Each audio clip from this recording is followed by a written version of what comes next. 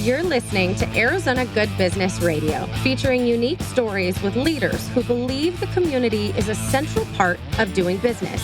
Join us on the journeys of entrepreneurs, local businesses, and champions of Arizona who believe working together, we can build stronger communities. Welcome to Arizona Good Business Radio. We feature leaders in the Arizona business community working to build a lasting impact throughout our state. They're doing good business. As always, I'm your host, Thomas Barr, Vice President of Business Development at Local First Arizona. If you don't know us, we're a statewide organization advocating for and celebrating locally owned businesses and entrepreneurs. We're the largest local business coalition in North America, providing resources to thousands of small businesses while raising awareness of the benefits of building a strong local economy. Mouthful, I know, but it's cool. So we're excited to have today up from Tucson, Christin Marvin, company. She's representing a Solutions by Christin. Love it. Makes sense since you are Christin. Welcome to the show. We're so happy to have you. Thank you for having me. Awesome. We've so much to talk about. We've got props. We've got a book we got to talk about today. We've got a whole business. We got moving to Tucson, Arizona. Exciting. Tell us a little bit about your background and what brought you here today, Christin. Yeah, absolutely. Thank you so much for hosting me. This is just an honor to be here with you all. Local First was one of the first organizations I met when I moved to Tucson. And every time I interact with anybody from your team, it feels like home. I was thinking about that today driving up from Tucson. Love that. Yeah. So I've been in the restaurant business for the past 20 years. I started as a line cook at 15 and worked my way up to managing partner in the independent restaurant space. Brutal. That's where brutal. We're crazy. We're passionate. We're innovative.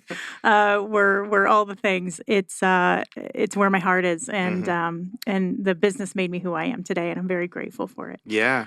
Yeah, we moved here a couple of years ago to be closer to family and redesign our lifestyle and start over. And I had a vision and wanted to go on a mission to support the independent restaurant industry in a different light. And it's been the best decision we've ever made. So Amazing. Here I am. Amazing. Yeah. Well, welcome to Arizona. It's been a couple of years now. 2 years, yeah. And we were just talking right before the show how I've heard over the years so many stories of people who were called back to Tucson, were just found Tucson, were just drawn to that community. What was that in your experience in coming to Tucson? Was it your first time? Was it your family's first time? What was that all? Yeah, my husband was born there, and his parents. So it was a callback. Yeah, so he moved away when he was 11, Okay. and we met in Colorado. And I'd visited Phoenix a couple times for work, but I'd never really spent time in Tucson. Yeah. And his family moved back. We came down to visit them. And we were in the pool late February, gorgeous day, staring at the palm trees and the blue skies. There was snow back on the ground in Denver. And I just had a moment of insight where I knew I wanted to do something differently. In my career, I was really burnt out, and I was starting to realize it. And I just looked at him and said, I think I want to start my own company. And he said, there's no way we can afford to stay in Denver if you're going to give up your big girl salary. Sure. And I said, would you be open to moving? And he said, where? I said, right here. And we went home, we put pen to paper, we designed exactly what we wanted the rest of our lives to look like, and figured out where that made sense. And we looked at California, we looked at Texas, Florida, and ended up in Arizona. Cool. And it's gorgeous here. The weather, the lifestyle, it's everything that we wanted and hoped for. Well, congratulations. Yeah. Thank you. That's a huge, huge change, life change, but I'm so happy to hear that it's been positive so far. So that's great. Thank you. So I can only imagine 20 plus years in the restaurant industry, you took a lot from that, which shaped what your business was going to be. Was there a moment or was there experiences that you had throughout it where you said, I can do this, I can take this knowledge, these skills, this expertise that I've taken over the years and share it with others? What was that like for you? I think when I started working with a coach to really understand what my next step was going to be and started investing in myself as a leader again, I realized that one-on-one conversations and coaching was my favorite part of the job. And I believe that there's a significant lack of leadership development resources in the hospitality space. Totally. And if you want to be successful, you've got to go find them on your own. You can't rely on the leaders around you and the company to provide that. I've done both. I've been really successful when I've invested in myself, And when I didn't, I crashed and burned. Mm. And so I didn't want that to happen, that latter have to happen to other people in the industry. Yeah. And so that was really the spark for me to go, you know what, I do have a ton of experience and I've learned a ton of lessons, good, bad, and ugly. Yeah. And I'd like to have a larger voice in the industry and help leaders be more sustainable because the restaurant industry is hurting. Yeah. It's in a really tough spot right now. Yeah. It's got a bad reputation for work environment. And there's a lot of opportunity. I've seen it be beautiful, and there's so many wonderful companies out there doing it right. Yeah. But there's a lot of people that need help too. Yeah. That's amazing.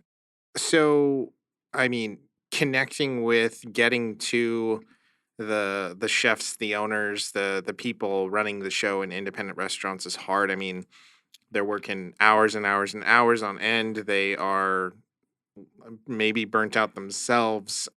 Have you found success in reaching them yet? Or what is your strategy like in getting there? Well, luckily, I love to eat. So, Well, you're in Tucson, so that's a great place to do it, It's right? very City true. gastronomy, shout out. It's Yeah. very true. I've always been really active in the independent community. So I was with an organization on the board in Denver, a local group that supports 300 independent members Okay. called Eat Denver. Loved being part of that community and just meeting everyone, being able to brainstorm ideas, go to monthly programming meetings, do events, things like that. So part of building this business was maintaining that really strong network there that I've built. The other part of it was moving to a brand new community, going, where do I find these people? When you're starting a business and you're budgeting, because it takes a little bit of time to build, you don't have the luxury of being able to go out to eat, especially with today's prices. And like you said, restaurant owners are difficult to find. They're not necessarily doing a lot of networking outside of their restaurants unless it's like an event, or a competition or something like that. So I really started to identify organizations that had local ties. So Local First Arizona, Tucson City of Gastronomy, Startup Tucson, anybody in the food space that was supporting, I kind of started to latch on to and network with and just kind of show up and figure out what was happening and where was the innovation and where was the support and how could I be of service to those organizations? Cool. And it's worked out really well. That's awesome. And have you connected with Tucson Foodie too? Yes. Love them. Yeah. Shout out to Shane. Crushing it. Yeah, coolest guys ever. Awesome. I love that. Well, doing this work over the years, connecting with so many people, I found the same thing.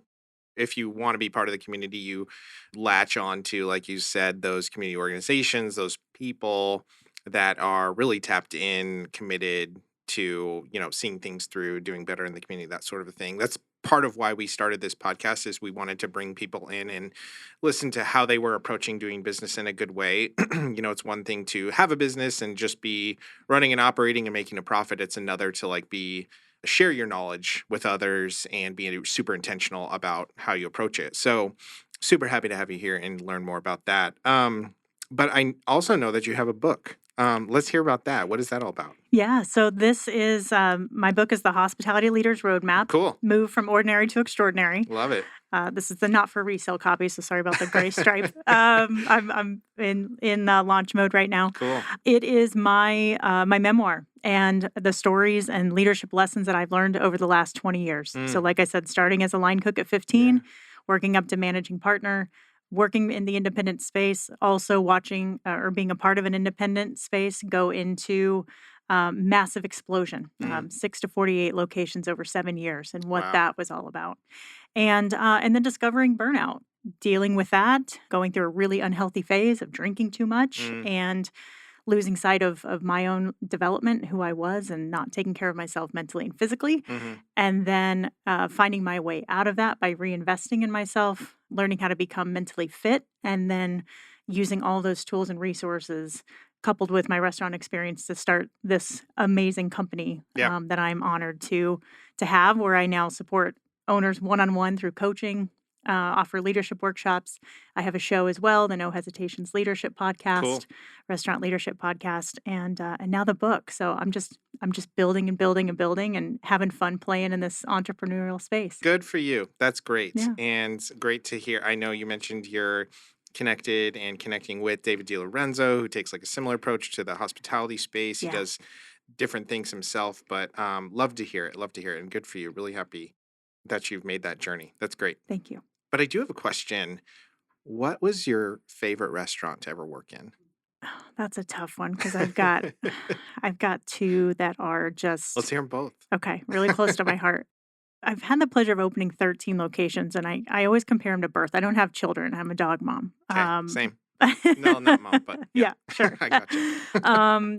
There's something beautiful about watching those restaurants come to life and the energy and all the work behind the scenes. And then when you open the doors and the guests enter and the show goes on, the show starts, it's gorgeous. So the first one that I was really able to be a part of was a fine dining restaurant down in Colorado Springs. And we had hired Jacques Pepin's son-in-law to be the chef. We hired a general manager from Union Square Cafe in New York that worked for Danny Meyer to be the GM. I was able to study to become a sommelier. I worked with mixologists out of New York. It was just a playground of learning and curiosity and innovation. And I'm from a small town in Missouri, and so food for me was, my culinary experience was like steak and potatoes. Yeah. So the fine dining, learning about French cuisine and pairing things with wine and cocktails was gorgeous. The team that we were able to put together there was one of the most extraordinary teams I've ever worked with. And we were just learning and growing every single day together. So that was amazing. And I was assistant general manager there. That's cool. The second restaurant was the first restaurant that I worked at when we moved up to Denver, which was an Italian restaurant on Larimer Square. And I got hired as a general manager. I was 24 years old, 2 weeks before opening. My first GM gig. I had a lot to prove to myself and to the team. And we put together a rock star team. And it was super high volume, and it was a concept unlike anything Denver had ever seen. And it was wildly successful. And it was just a party every single night. It was awesome. 600 people. And it was just how many people can we fit in the doors here? Wow. And it was just, and I'm still connected with a lot of the team there. And they are very connected to each other. I love seeing their posts on Facebook. And, we've had a lot of good memories together. We've unfortunately lost some employees. And to see them still come together and share those memories. This was 2007, 2008. Yeah. It's just really beautiful. Yeah. So. Well, gosh, I can hear the passion behind just your voice in the experience. Restaurants aren't for everybody, right? And it takes a certain type of person to not only work in one, but work in them for 20 plus years. Yeah. And have something to take away from it that's that was great, Yeah, totally. So I love hearing about it. The other thing I was going to ask is there is a restaurant that is famously known in Denver that was featured on a South Park episode. Do you know what I'm talking about? Casa Bonita? Casa Bonita. So for those listening, if you've never heard of this place before, it is the wildest, most strange restaurant in the world. My experience was after the craze of everybody trying to go there, it's set up like a theme park. Yep. Indoor theme park. It's literally set up like you're going to Disneyland or something, and there's lines and lines and lines. And then you go in and there's a full show. There's kids from the local theater that dive off of there's a divers, lake inside. What? Why? How does that even exist? So it's a amazing staple restaurant. I don't even know how long. I don't know the history of Casa Bonita, but yeah, it's great for families. You walk in, it's cafeteria style. You grab your tray of food. You have to buy something to eat.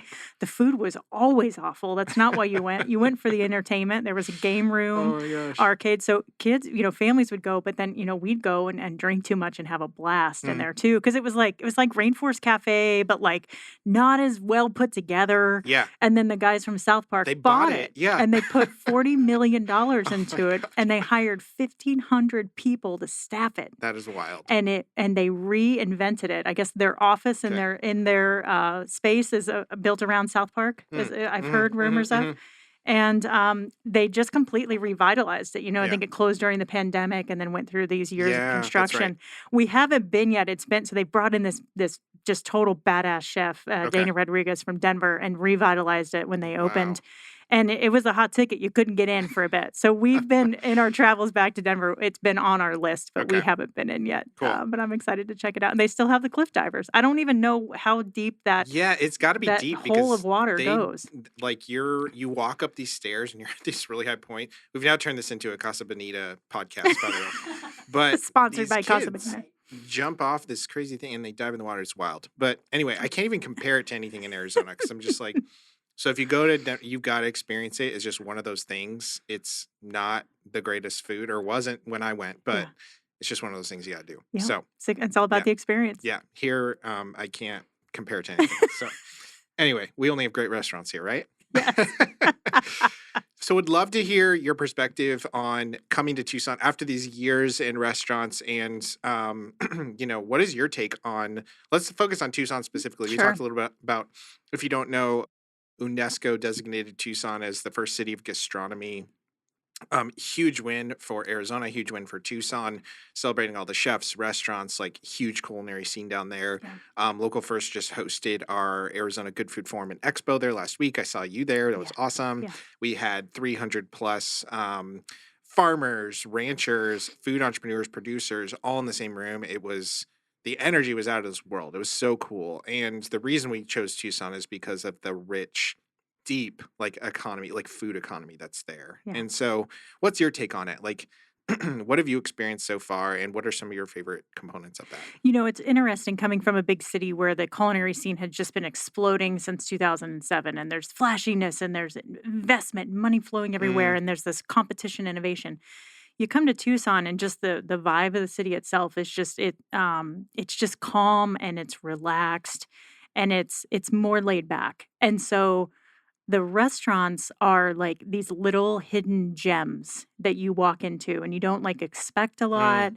What I love about Tucson is there is an authenticity and a level of pride in who we are and the origins of Tucson food and the heritage foods. And so when we moved here, this was a playground for us of what's local, what's growing here. I was obsessed with the farm and still am obsessed that there are farmers markets year round here. So I was immediately chatting with the farmers, what are you growing? What are the seasons like here? Because they're different, right? Yeah.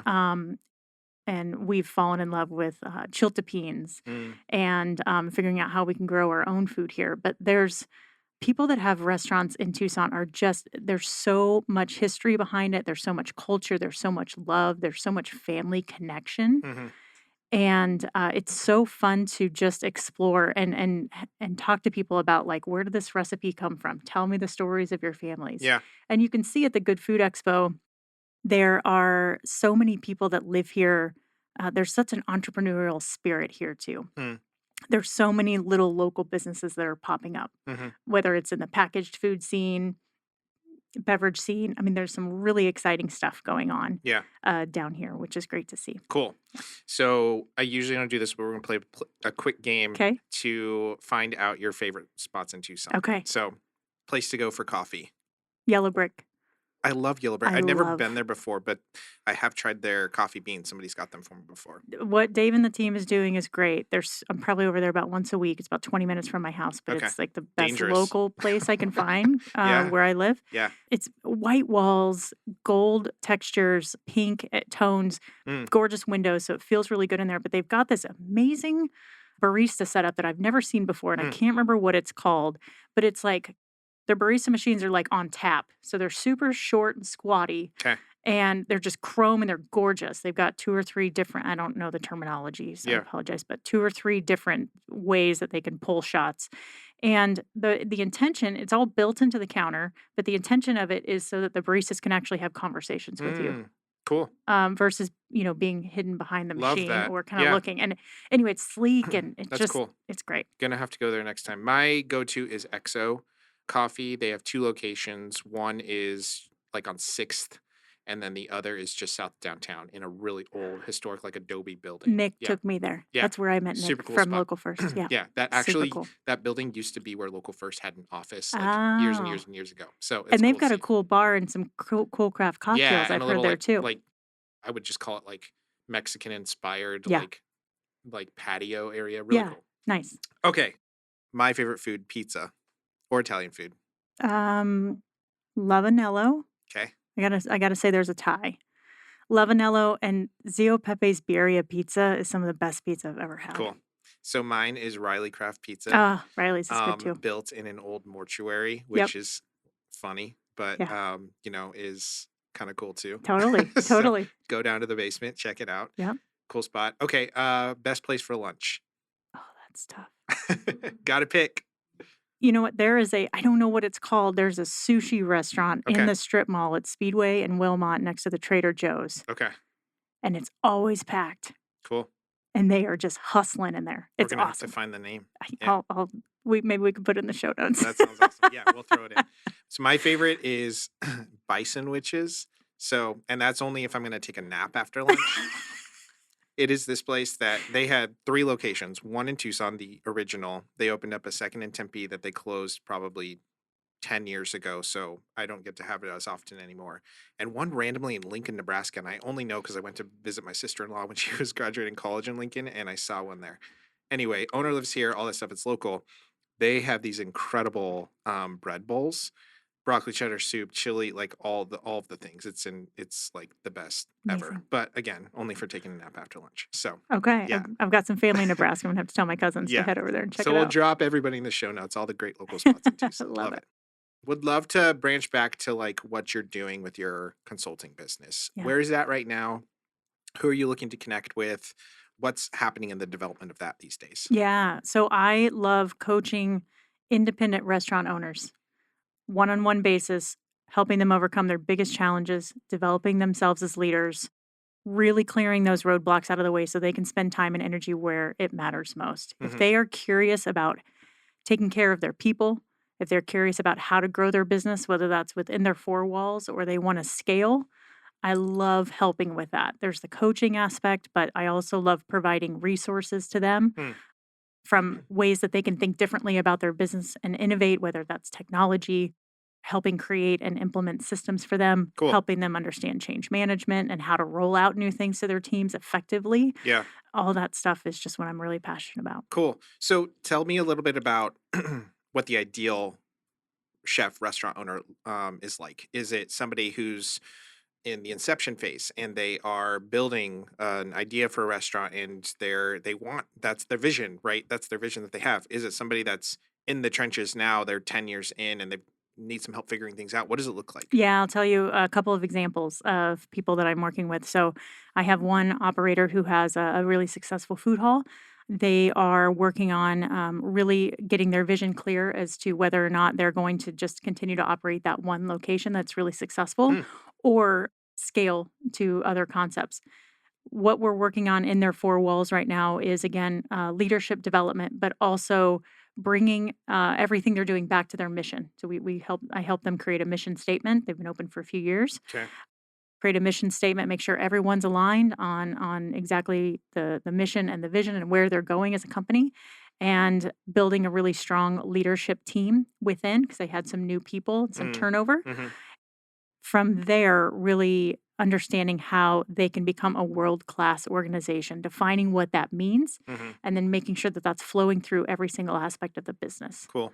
Another client that I have has 3 different companies. They have a golf simulator. They have a which is like all the rage, the big golf simulator Oh, bars, yeah, like Top yeah. Golf but smaller. Yeah.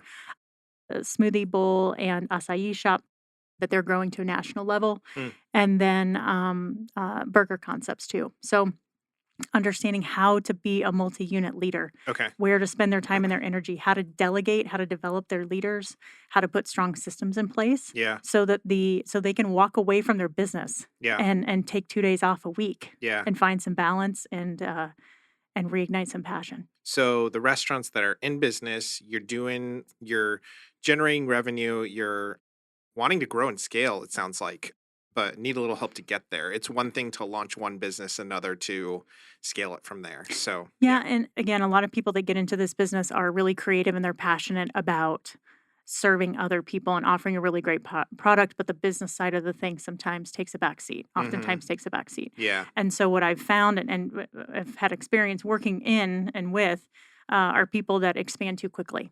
And so we make sure we've got a really strong foundation first in location number 1 before we even start talking about 2 and 3. Makes sense. And like building the team, right? It's not just about the owner and the chef. It's your GMs, all of the people running the show, that sort of thing. So makes absolutely. sense. If you take care of your people and you make it sustainable, your business is going to be profitable. And restaurants are tough. Like I said earlier, they're in a tough spot. 10% profit margin to the bottom line used to be the average. Now it's 5 if you're lucky. And turnover kills that immediately. And when you don't have the right people in place, you can't play with the food, you can't play with the cocktail program, you can't be in the community. You're not able. It really handcuffs you to be able to do what you want to do. Sure. And so we make sure those staple things are in place first. Got it. So if you are in that demographic of restaurant owner or chef, whatever that looks like in Arizona, what's one piece of advice that you'd give to those folks? Start working on your vision. Figure out where you want to go first. Because if you don't know, then the rest of your team is not going to know either. And if you need help with that, I can help with that. Give her a call. Love it. Okay. And if we're going to pick up your book, which will not have a gray line through it soon, what's something that we could expect to take away after reading that? The cool thing about this book is it's not a read it once and then put it down and not come back to it. There are 36 leadership lessons in this, 36 chapters. There are 6 podcast episodes in here that go a little bit deeper into the leadership topics as well. You can pick up this book if you are at any stage of your career. If you're an assistant general manager trying to look at how you can move up to a GM. If you're a GM that wants to move up to a regional manager, there's lessons in there that I've learned. If you want to be a regional, move up to a managing partner. There are lessons in there too. And then how to continue to invest in yourself to be more of a mentally fit leader. There are lessons and guides and resources in there for you as well. So it's a book that you can come back to over and over and over again. Yeah. But again, the main point, of the book is you can become extraordinary all on your own if you choose to invest in yourself. There's so many. Once you open that door to creativity and innovation and learning and curiosity, the sky's the limit. Love it. Well, I can't think of a better way to end it. But if people do want to get in touch with you, how can they do that? Yep. So the best way is to call me, 719-494-6074. Just throwing it out there. Yeah. My website is ChristinMarvin.com. My name is spelled weird, so it's Christin. Last name Marvin, Marvin.com. Cool. Love it. Christin, thanks for coming up Thank and you. for being on the show. Happy to partner with you and work together. Absolutely. Thank you, Thomas. Awesome. Well, for those of you listening, we hope you were inspired today, listening to a local leader working to leave a legacy in Arizona through doing good business. We'd like to thank our sponsor, Phoenix Business Radio, as always, for hosting us and all of our legacy partners at Local First Arizona.